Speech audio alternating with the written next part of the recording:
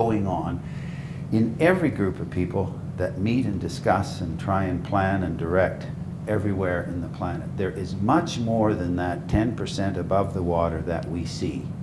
There's a whole source of energy, there's values, there's beliefs, that they all are swirling down there, and they come up through the 10% that we can see, and that's what really creates our results. So we're trying to develop some skills and tools at how to make sense of this source of power, and because of, or at least through that, it gives you, I believe, a much greater sense of how to manage yourself in this really very important aspect of organization life. We spend a lot of time in meetings, and we can fake it.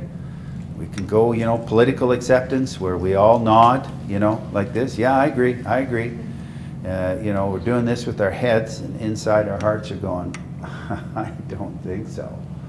And, you know, we go down the hall and we have our hushed conversations, and immediately this sort of 10% piece that we've agreed to is now being systematically undermined below the waterline. So that we need to be able to understand and manage the whole thing to get that consensus, to get that commitment, and to be able to make these changes and structure ourselves in a more productive way. A couple of the teams mentioned candor, and the other team sort of talked about it as well. I would like to take a minute and drill down a little further on candor, because this is a serious skill. If there's one thing that you come away from this exercise with, it would be an understanding of what candor is and how to use it, and the benefits that can accrue from its effective and judicious and proper continued use. A way to start it would be to do a little bit like we did yesterday in terms of brainstorming. And talk about what's the restriction? What stops us from using candor? I noticed in Jack Welch's last book, he's devoted a whole chapter to candor. And he talks about something that we've been saying for decades, is that it saves time, it saves money, it creates engagement, you get better ideas. There's just so many benefits flowing from the use of candor, but we are reluctant to use it. So what is it? Why don't we use it? What's the barrier? Why don't we use it if it's so valuable? Fear of conflict. Yeah. Fear of conflict.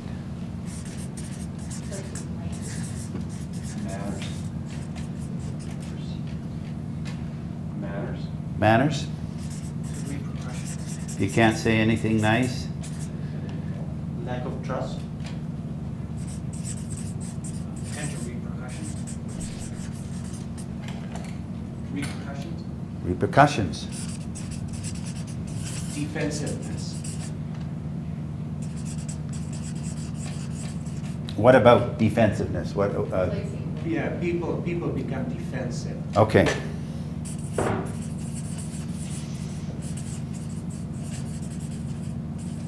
Misunderstood. I think there's a lack of skill set in how to be. I feel very strongly about is that, you know, if I came into your office and I said, look, I have this thing here that that will provide, you can leave your people exactly as they are right now for the time being, but with this particular thing that I have here, you are going to increase in your organization, your energy, your passion, your excitement, your enthusiasm, your fun, your productivity, your effectiveness, your bottom line. Are you interested? Yeah, I think so. You first have to determine whether I'm the best snake oil salesman you've ever met. But you'd probably say, yeah, I think I'd like to take a look at that. Let's just see what you have in mind.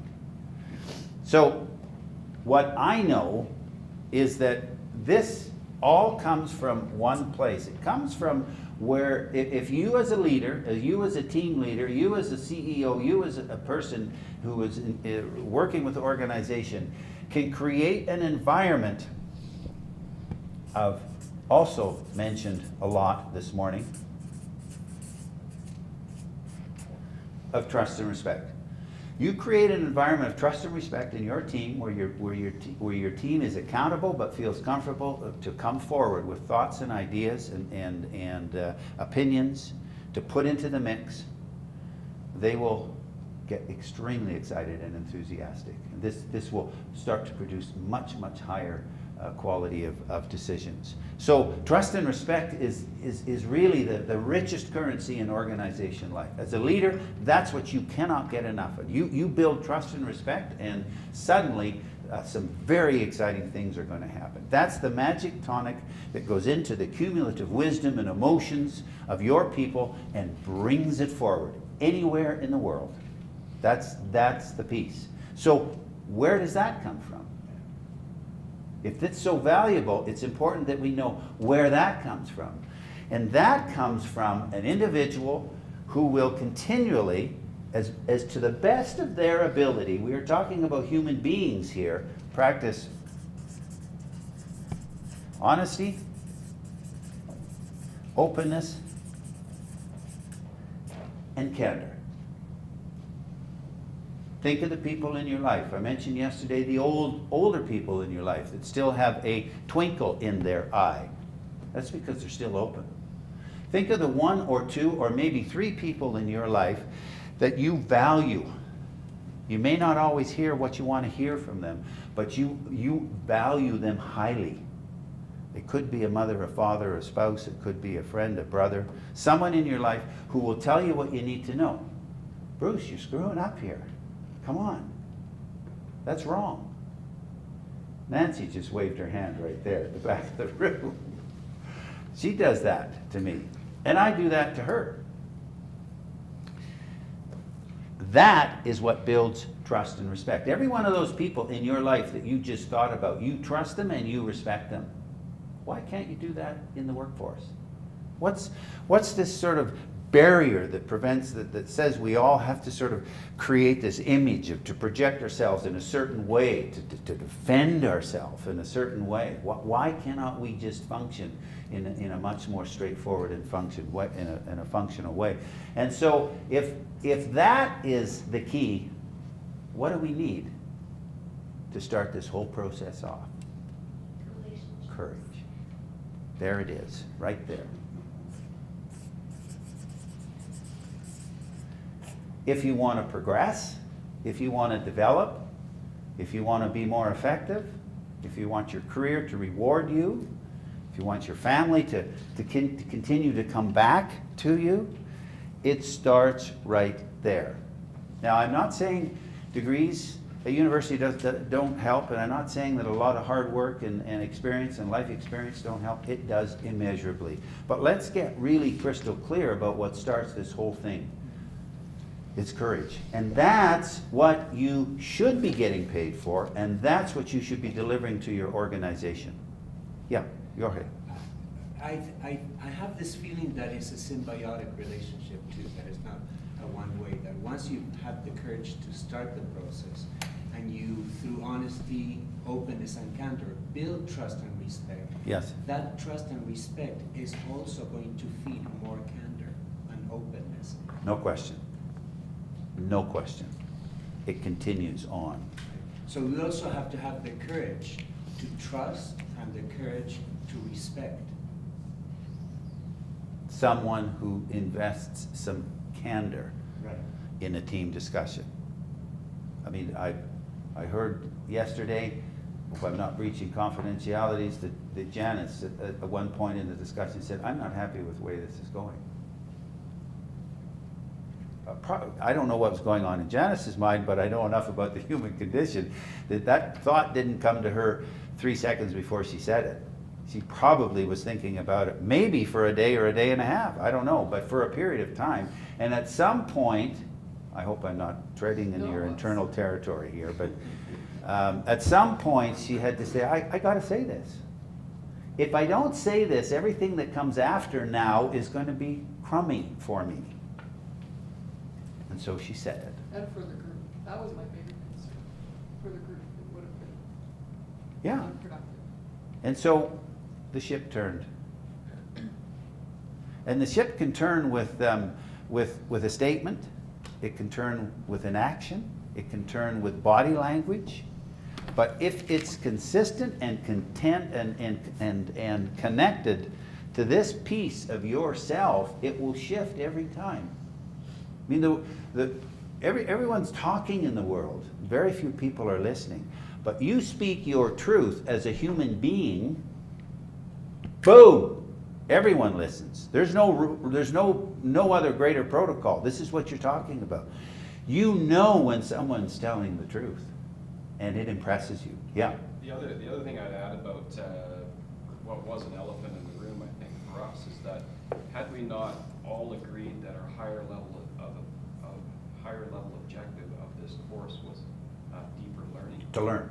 Right? Yeah. And as opposed, we stated that during the first exercise. And so I was certainly able to listen effectively to what Janice's feedback was. And Yeah. it was the richest learning event so far this week because we were able to depersonalize it and focus on how this is going to deepen our learning. Yeah. And that, of course, is the advantage of having overarching goals that you all can buy into.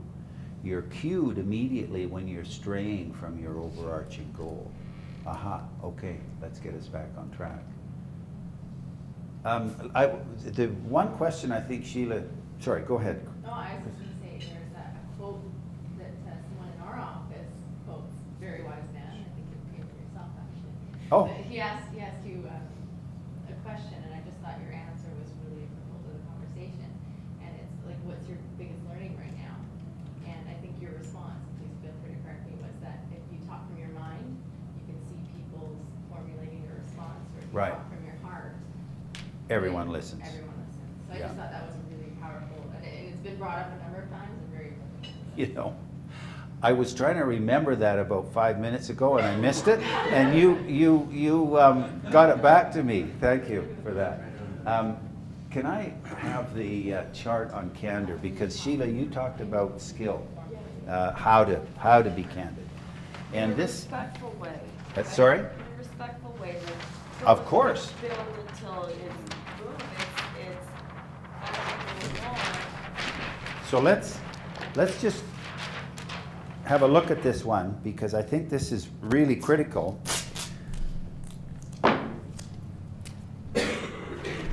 I think we've got some better understanding of candor, but let's talk about how to, some actual skills. And this is also in the back of your books, but of your workbook. When we talk about, we'll say, the first level of candor, what we do is we know something's wrong, so we externalize the condition. And you know what we say, we describe the behavior and vaguely blame external circumstances. So I know something's wrong, but it's not our fault. They never tell us anything. It has something to do outside of ourselves. So the next thing is that you could raise the ante a little bit and globalize our behavior. So we describe the behavior. Now we know something's wrong, we're going to describe the behavior, but still in global terms. You know what? We don't share information here. So that's the issue.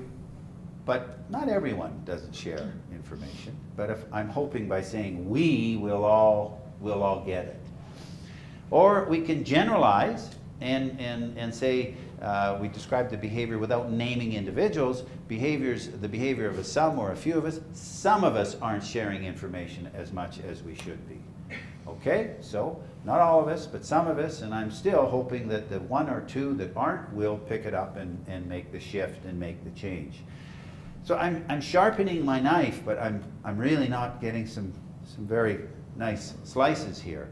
I could personalize it, which is to describe and take responsibility for my own behavior, which is, look, you know what, I probably should have told you what I was doing. And so I'm admitting to my culpability in this situation. Once again, my hope is that others will say, you know, thank you for that. When I think about it, I'm not doing that either. You know, I think we all should do that. And that just doesn't happen. Maybe it does every once in a while, but people say, yeah, you're right, you should share information. And off they go, thinking that the problem's solved, when still 2 or 3 of them aren't sharing information either. So we can start to sharpen it even further and confront. So we describe the behavior in specific terms, often in judgmental terms. You should have told us about this decision. Bud, you should have told us about this decision. So when I do that, what's the feeling inside? When I say that way to someone? Blame. What? Blame. Blame. Yeah. It's not a Blame. learning opportunity, it's blame. You screwed up. What's the reaction likely to be? Defensive. Defensive. Yeah. Screw you. You should have told me too. Now what? Okay, now, we've both got our guns out. We've both fired. Okay, now what? Healing time. Yeah, well, I'm going back to the Congress in the United States for the past 4 years, right? I mean, we're talking about now a whole nation being like completely sidetracked. Not just 2 people, 300 and some odd million people. So now this is where I want to get to. You describe a specific behavior and its impact in objective terms. When you make those decisions by yourself, that's the specific behavior, then I feel ignored and uninvolved. Now, what have I stopped short of doing here? I've talked to the individual, I've identified the specific behavior, I've described what the impact is on me, but what have I stopped short of doing here? No blame. No blame, no shame.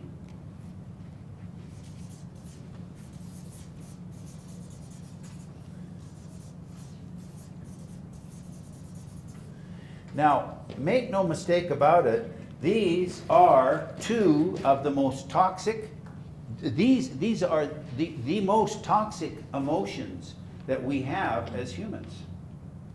This is sulfuric acid in water. This is fight night. You start blaming and shaming people, they feel that immediately. We've all been blamed and shamed. And some of us who have been blamed and shamed a lot when we're younger carry that with us for the rest of our lives. But we've all had the experience of 2 or 3 or 5 or 7 or 9 or someone blaming and shaming. And it goes right to this place in here and we store it. We feel it forever. So when we're 35 or 45 or 55 and someone blames and shames us, the issue could be right here, but it's felt right here. And once you start stirring that pot in another individual, your opportunity for change, for growth, for learning has been shot. It's done. It's over. You might as well go away and come back another day. So when you're in these difficult situations, what you're fearing is that reaction in them and in you. And what we're talking about here is learning a way to not deal or not stir that pot. Will this make it easy? Absolutely not. Will it make it possible? No question.